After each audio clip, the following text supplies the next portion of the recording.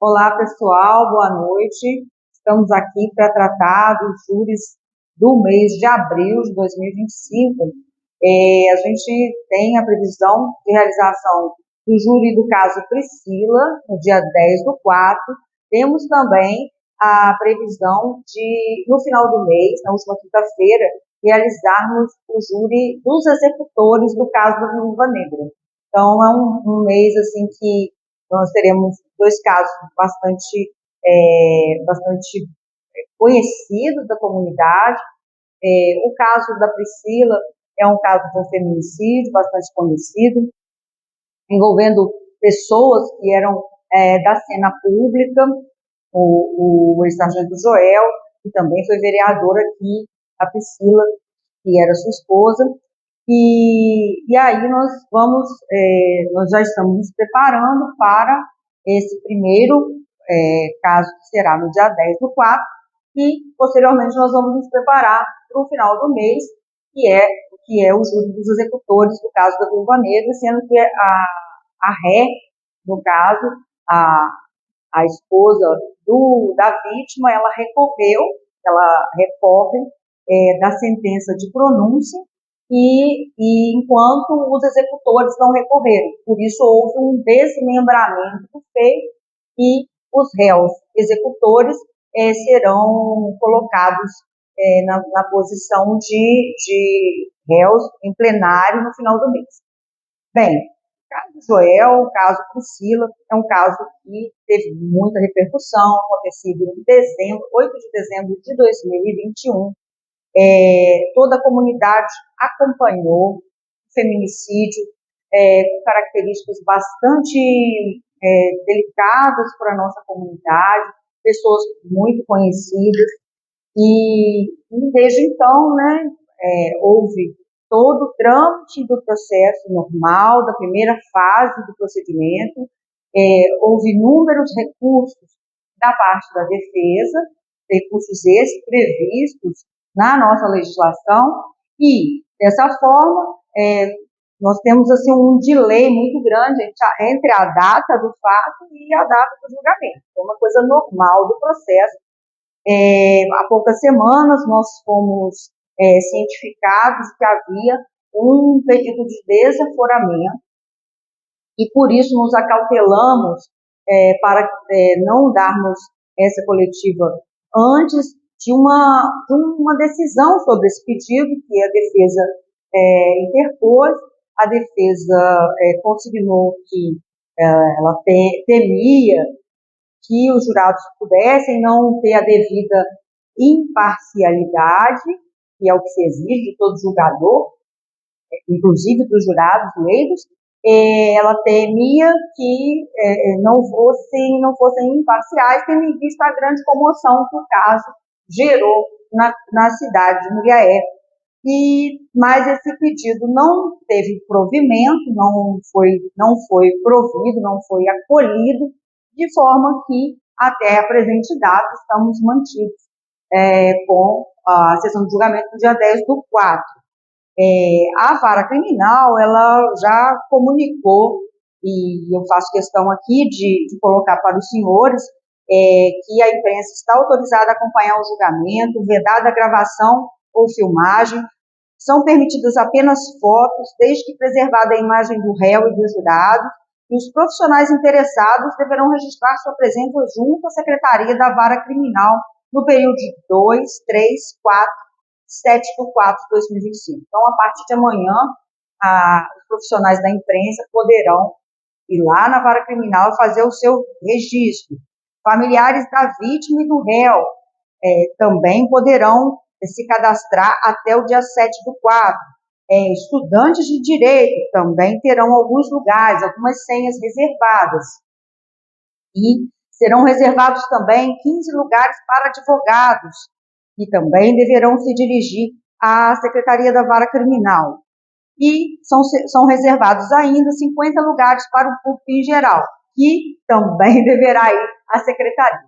Então, aquelas pessoas que desejam acompanhar, que entendem, que querem participar desse momento da comarca, deverão se dirigir à Secretaria da Vara Criminal. Obviamente, nós entendemos que a limitação das senhas é uma necessidade para a garantia do bom andamento dos trabalhos no dia da sessão de julgamento, de modo a que tudo transcorra de uma maneira bastante tranquila, e a gente espera, né, ter um dia, ter pelo menos um dia de julgamento tranquilo, mas a gente tem aí uma expectativa a depender do desenrolar dos fatos no dia, né, do desenrolar do trabalho, que a gente avance para um segundo dia, explicando para aqueles ainda que não estão afeitos à matéria, no procedimento, na sessão do júri, na sessão de julgamento,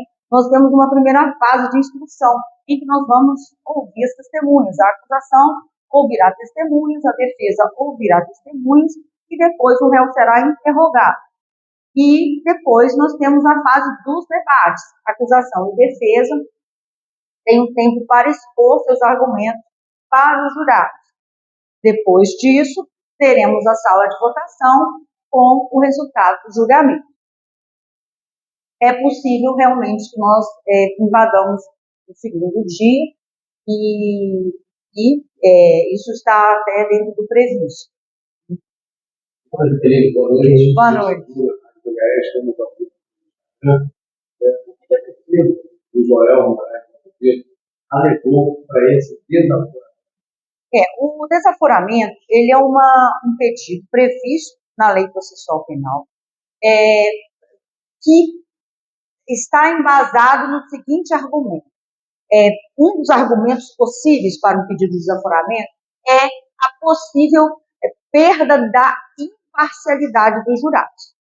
A defesa foi lá, argumentou nesse sentido, de que, tendo em vista a grande exposição midiática do caso, que os jurados daqui, segundo a defesa, não estariam com a isenção necessária, com a imparcialidade necessária para julgar o caso. Esse pedido não teve o acolhimento, pois se entendeu que o caso ganhou, inclusive, uma repercussão extra-Muriaé, como a gente costuma falar, deu G1, né? Deu G1, então, quer dizer, em qualquer lugar, as pessoas, em qualquer lugar do país, as pessoas acabaram sabendo desse caso, ganhou realmente uma notoriedade, e é normal ter em vista o tipo das pessoas envolvidas. É claro que a vida da Priscila não vale mais do que a vida de qualquer outra mulher assassinada, né, num caso de feminicídio. Obviamente não é isso. Mas são pessoas da cena pública. Pessoas da cena pública atraem os olhares, o interesse da imprensa, e eles ficam sendo casos do que acompanhados. Hoje nós estamos aqui em Muriaé, mas nós estamos acompanhando o caso da adolescente Vitória, lá em Cajamar, na região metropolitana de São Paulo, porque o caso ganhou uma repercussão de ordem nacional.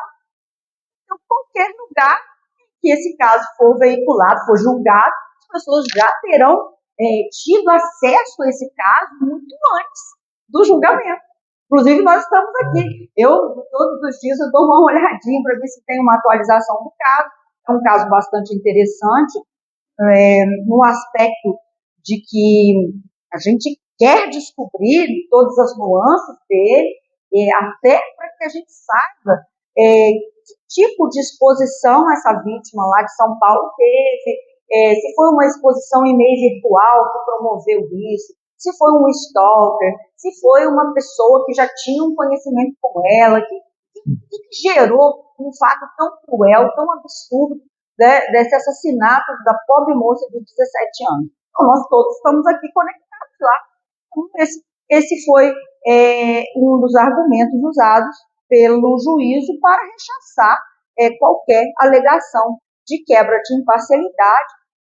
Nós temos uma tradição aqui em Muriaé, os jurados da comarca de Muriaé são bastante conscienciosos, o corpo de jurados da comarca é composto pelas pessoas da nossa comunidade, pessoas com caráter ilibado, idoneidade, e são pessoas escolhidas entre todos os muriaenses.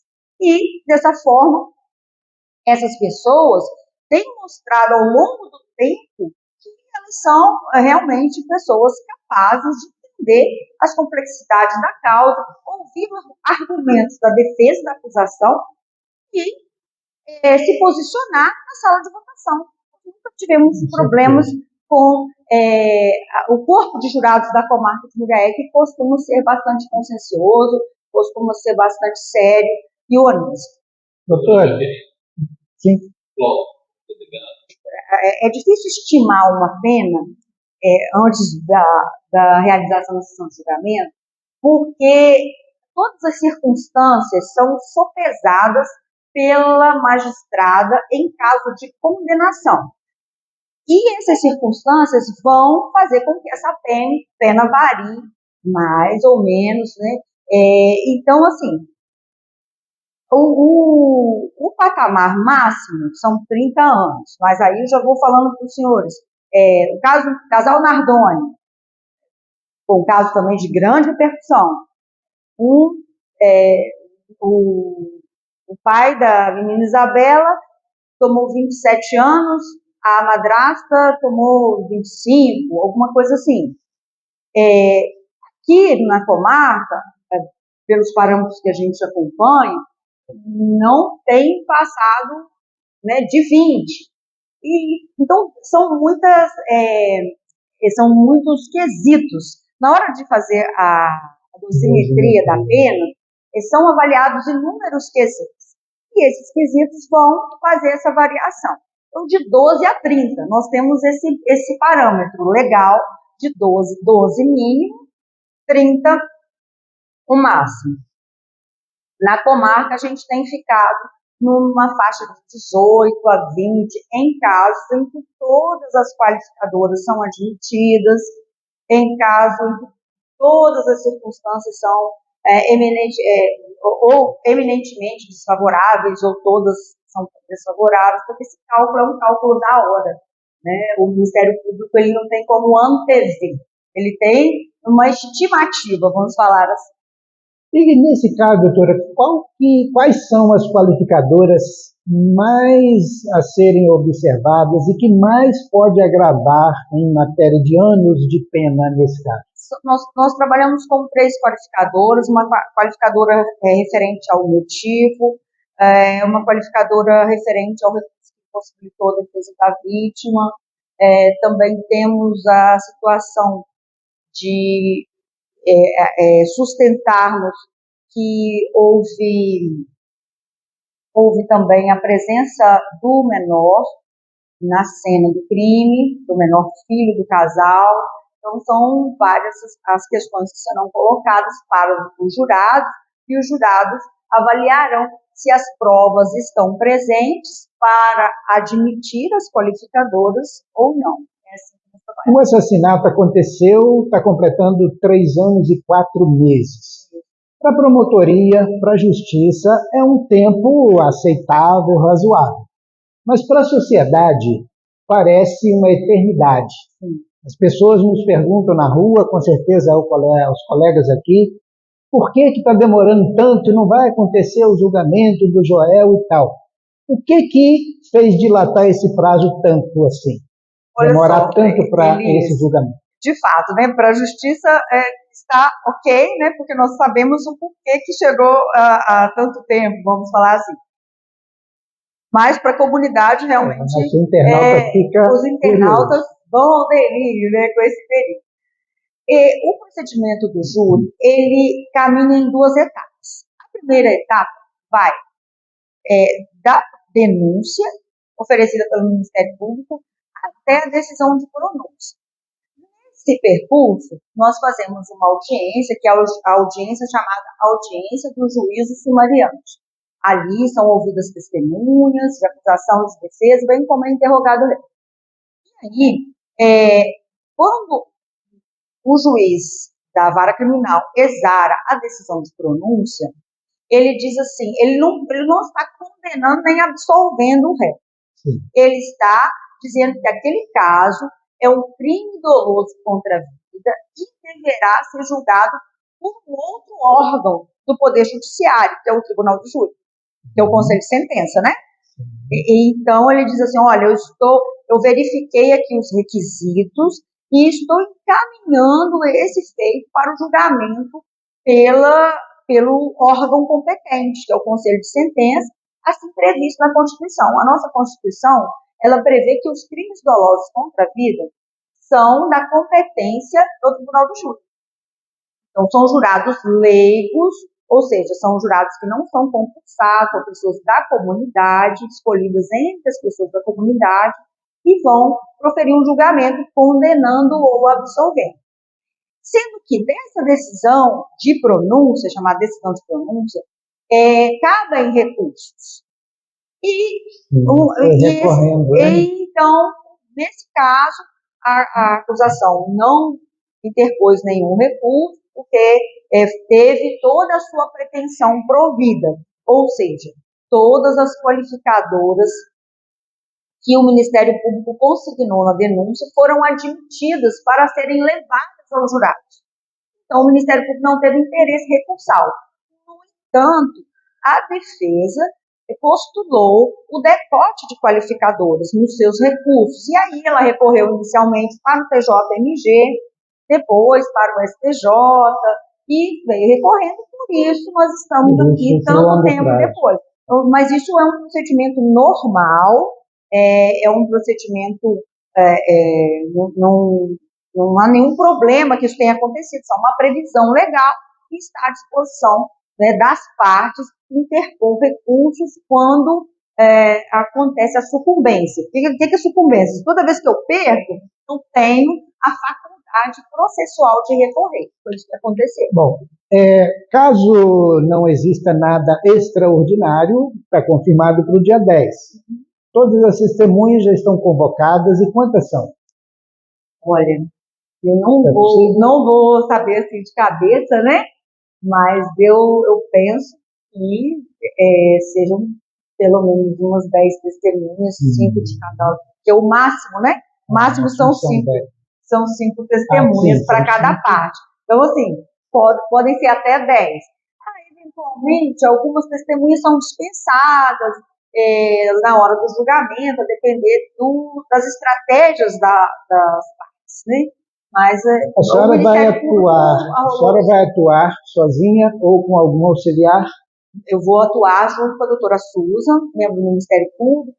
A nossa equipe vai para lá, a equipe do Ministério Público vai, porque é um julgamento que requer maior atenção da nossa parte, tem toda são muitos detalhes para serem vistos, e com certeza o Ministério Público estará mais robusto se estiver com mais atores, vamos falar assim, e sem contar que para nós, do Ministério Público, é sempre muitíssimo importante estar ao lado das vítimas. E o nosso portfólio mais importante é a defesa das vítimas, a defesa da vida. E então, assim, vários membros querem muitas vezes participar. Nós temos um colega que participou conosco no júri do caso Nayara no passado, e lamentavelmente, até por uma boa situação, ele está licenciado, ele está em férias, não vai poder. Doutor Fábio falou assim: se eu pudesse, eu gostaria de participar, mas ele está em férias no momento e não vai poder estar conosco, mas ele gostaria de participar, porque realmente a nossa, vamos dizer assim, se o Ministério Público fosse uma empresa, nosso melhor produto seria a defesa da vida, seria a defesa das vítimas. Então, isso nos empolga muito, nos faz vibrar. É claro que a gente não desconsidera que existe uma tristeza no entorno disso tudo, família destruída, pessoas que sofrerão para sempre por conta disso, mas a gente entende que a gente pode fazer alguma coisa de bom nisso, e nós somos... para que sirva de exemplo também, né, doutora? Exatamente. A gente fica feliz de poder dar uma contribuição, diminuir um pouco a dor do próximo. E eu costumo falar assim, nossa, trabalhar no júri é a maior alegria da vida de muitos promotores, inclusive da minha, e eu falo assim, nossa, Deus é tão bom, porque eu ainda ganho para fazer isso, né? Meu serviço eu ainda ganho para fazer isso, então tá bom. Defendendo vidas. Uma vez o jogador Oscar Schmidt deu uma entrevista falando assim, do quanto ele era feliz por poder jogar basquete, que era a paixão da vida dele, e muitas vezes as pessoas perguntavam por que mesmo depois de ele ser consagrado como um grande jogador, né, uma pessoa muito querida do público brasileiro, ele ainda assim treinava muito. Ele treinava exaustivamente, ele chegava lá horas antes do treino para ficar treinando. Aí a pessoa fala, poxa, Oscar, você não precisa fazer isso. Não, rapaz, você não está entendendo. Eu amo fazer isso aqui e ainda me pagam para fazer isso aqui. Então, é mais ou menos o que eu sinto quando eu tenho a oportunidade de fazer um plenário, de poder contribuir com a pacificação social, de realmente lutar para que as coisas melhorem, né, e minimizar um pouco o sofrimento das vítimas. É isso. A gente sabe que a lei agora está tendo. Agora o município é 20 a 40. Mas o Joel não se encaixa. O caso Priscila não se encaixará porque realmente foi antes da alteração legislativa, então seguirão em caso de condenação, serão observados os parâmetros da legislação antiga. É assim, que é no direito penal. A gente sabe que a data está mantida, dia 10 de abril. Há possibilidade nova, ou já está realmente confirmada essa data, porque tem muita gente aguardando.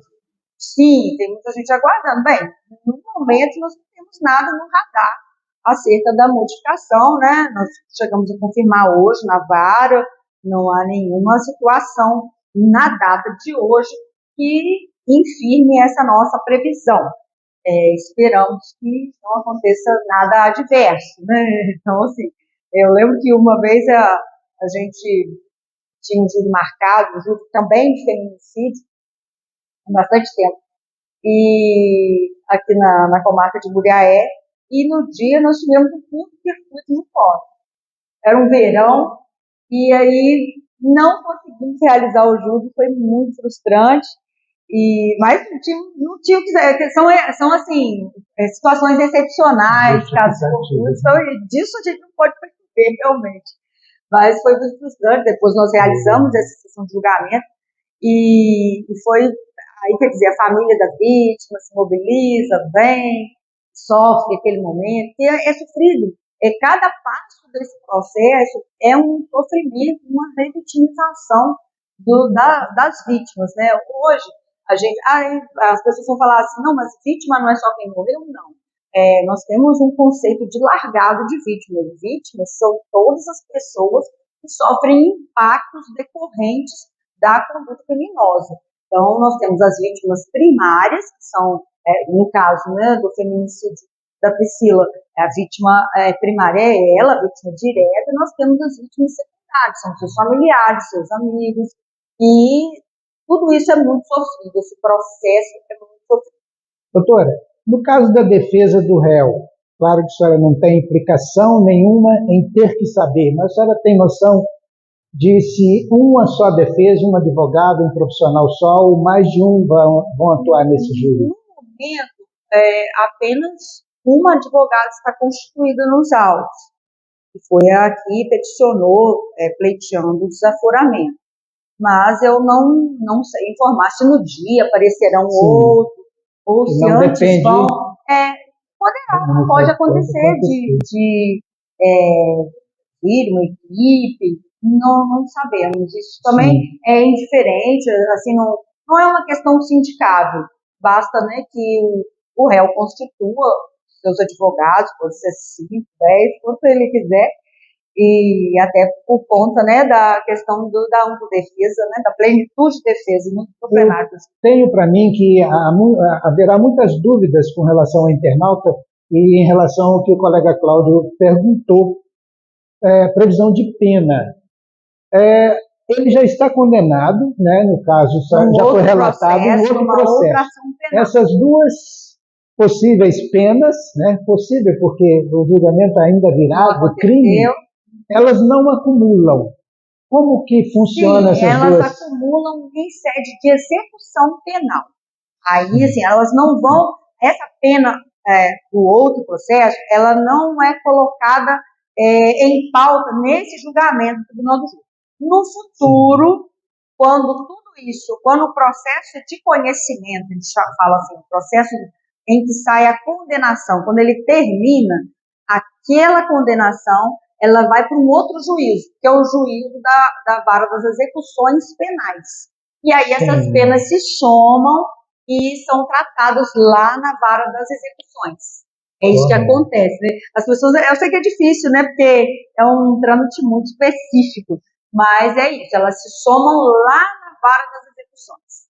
Em eventual condenação, o que a sociedade muriaense espera, ele cumprirá a pena lá mesmo em Uberlândia, ou é a justiça que vai determinar isso depois? Aí já é uma questão afeta a vara das execuções do local onde ele estiver custodiado.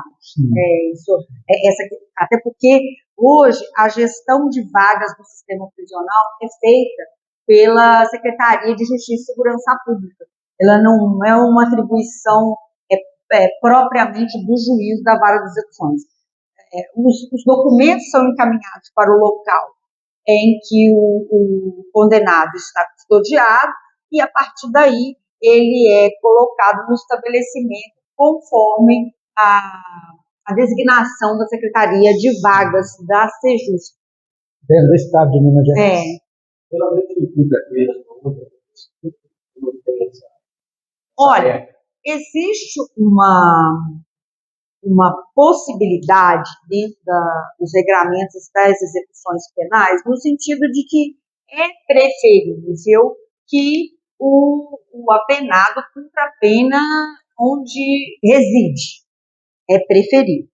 No entanto, considerando pessoas como o réu do caso Priscila, pessoas que detiveram cargos como militares, nós tivemos o caso do delegado, o Dr. Wagner, e esses condenados, eles vão para estabelecimentos com outros resguardos, por conta do histórico profissional deles. Então, não necessariamente vão ficar no local onde tem a sua família, onde residem. Mas em Uberlândia, nosso ser especial, separado de outros detentos, deve estar com os detentos, com o seu policial ou ex-policial. Eu penso que está, pelo menos, não digo numa cela, mas numa ala de resguardo por conta desse histórico. Inclusive, lá é um estabelecimento que tenha as alocações devidas, vamos falar assim. Houve algumas especulações de que ele teria sido banido da carreira, da lista de ex-militares. A senhora tem algum conhecimento a esse respeito? Olha, a informação que me chegou é que administrativamente ele teve, né, o cargo retirado, a patente retirada. Porque nesse caso ele pode perder também a condição de estar numa prisão. Não perderia. Não perderia por conta do histórico. Na verdade, é uma questão atinente às execuções penais, à administração penitenciária, justamente para resguardo da integridade do custodiado. Então, mesmo que formalmente ele não seja mais um militar, isso não vai interferir na alocação dele. Trocando em miúdos e falando bem claramente, uma pessoa que fez parte de força de segurança não pode se misturar aos outros presos sob pena de poder sofrer alguma retaliação, tal qual alguns tipos de apenados não ficam misturados com os outros por conta de comportamentos típicos do sistema carcerário. Ok. Doutora, a senhora tem tido algum encontro, algum acesso à família Nos da últimos Priscila? tempos, não. Nos últimos tempos eu não tive acesso, mas assim, é comum que nós tenhamos agora na véspera do julgamento um acesso até à família. Para instruir a família. Até para assim, prestar algum esclarecimento propriamente. A gente são muitas dúvidas, né? O ambiente do fórum, aquela coisa de prestar depoimento, de saber como se portar, de onde ir, o que fazer, isso é muito confuso. O Ministério Público faz esse serviço, nós estamos sempre à disposição, nosso telefone é sempre franqueado às vítimas, e quando aproxima assim, a data do julgamento, geralmente existe um encontro ou outro para a gente poder traçar coisas muito assim, prosaicas mesmo. No dia, chega um pouquinho antes, pode sentar aqui, pode ir agora, por exemplo, né, tem aqui a indicação, os familiares da vítima deverão estar, né, lá na vara criminal, fazendo esse registro aí de quantas pessoas virão da família da vítima, quantas pessoas virão da família do réu, a questão tem que comprovar o parentesco, não tem que fazer os documentos pertinentes, e é isso. Então a gente faz esse contato mais assim, prestando um serviço de utilidade pública e também tranquilizando um pouco, verificando algumas situações até de ordem psíquica mesmo, de muito estresse, a gente acompanha isso aí. Doutor,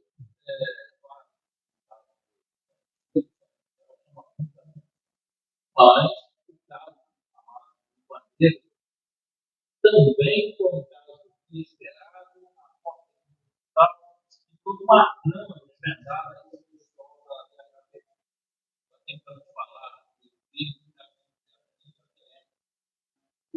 pelo menos.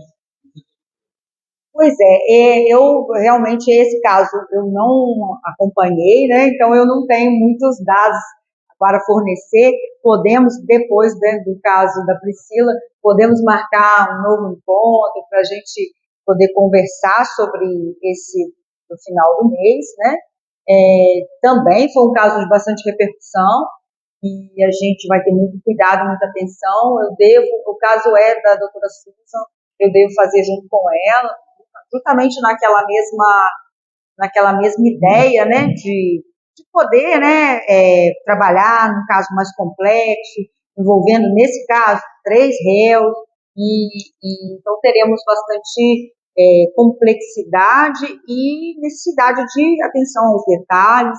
Sabemos, né, que os advogados vêm bastante preparados para esse tipo de julgamento, sabemos da qualidade dos advogados, da competência técnica, da seriedade, e temos que realmente focar e prestar um bom serviço. E aí, provavelmente, eu estarei com a doutora Susan no final do mês. A gente volta para detalhar. Ok. Né? Eu, da minha parte, agradeço a atenção com a nossa pessoa, Muratório Podcast. Muito obrigada. Grande abraço para vocês.